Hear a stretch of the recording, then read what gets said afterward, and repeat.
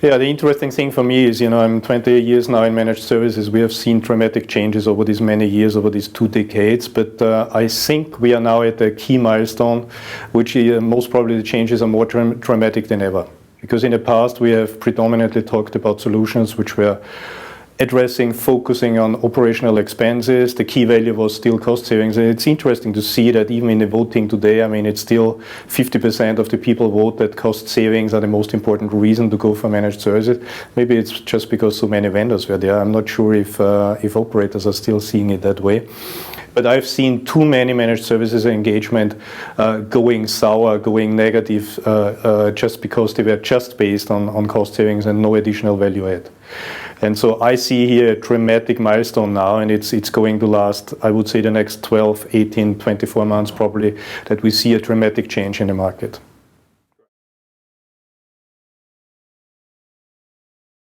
Yeah, let's start with the offering, because again, managed service is about value creation. And as I just said, cost saving will still be a key value, but that's not going to be the only one. So we need to talk here more about offerings which are addressing the risks operators are facing today. We hear very often the term transformation, business transformation.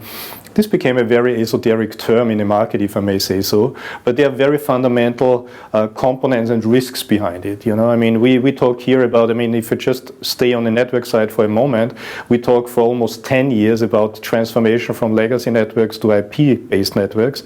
Now, the BSS, the value-added service platforms are following, simply because, it's great to have an IP-based network, but how should you leverage it if you cannot bundle quickly several types of services, if you can price them, if you can invoice them. So for that, you need to have also new platforms in the area of billings, value-added service platforms, and so on. And that is enriching the reach of managed services solutions into an area where basically the classical vendors are getting stuck. The classical vendors, the network equipment providers, are coming to their end and to their limits. And what I see in the future is either operators are splitting up managed services between several vendors, or what I believe will much more be the case, they will force or request from their managed services vendors to partner together.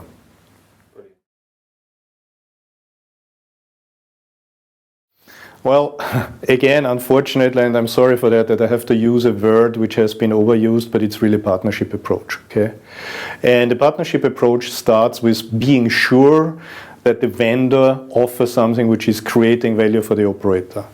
But then it continues obviously throughout the whole bidding process, but especially then through the launch and the delivery of the services. I give you just one example where a partnership approach is really getting under pressure. And that is when, and I come back to that, what I said at the beginning, cost saving will be a key point, a key value, but not the only one.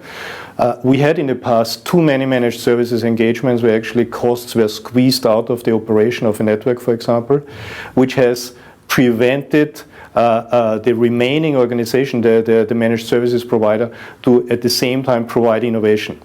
Now, operators have signed managed services agreements because they wanted to get innovation too. And so in the future, partnership will mean that we are not trying to oversell anymore, but we are very conscious on that what we're offering and make sure that we are able to deliver afterwards.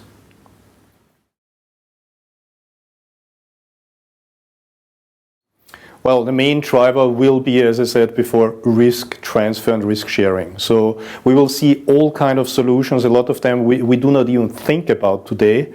But the key common denominator will simply be risk transfer from the operator to the managed services vendor. Obviously, cost saving was already a risk transfer, but again, that's not the only thing what we are talking about. I was surprised, really astonished when I saw the voting today, where only, I think, 3 or 5% of the people believed that managed services will bring an advantage in time to market. Time to market is getting so crucial. And that will be one of the risk transfers. Because just think about it. If a business transformation is run by an operator, they are bearing the whole risk that there are delays, that they get stuck, that it does not work out. If there's a contract, there's still the risk that the provider is not capable to do it, but it's covered by a contract, it's covered by a payment scheme, it's covered by penalties, so it's covered by the maximum insurance package you can think of. And that's what I mean with risk sharing and risk transfer.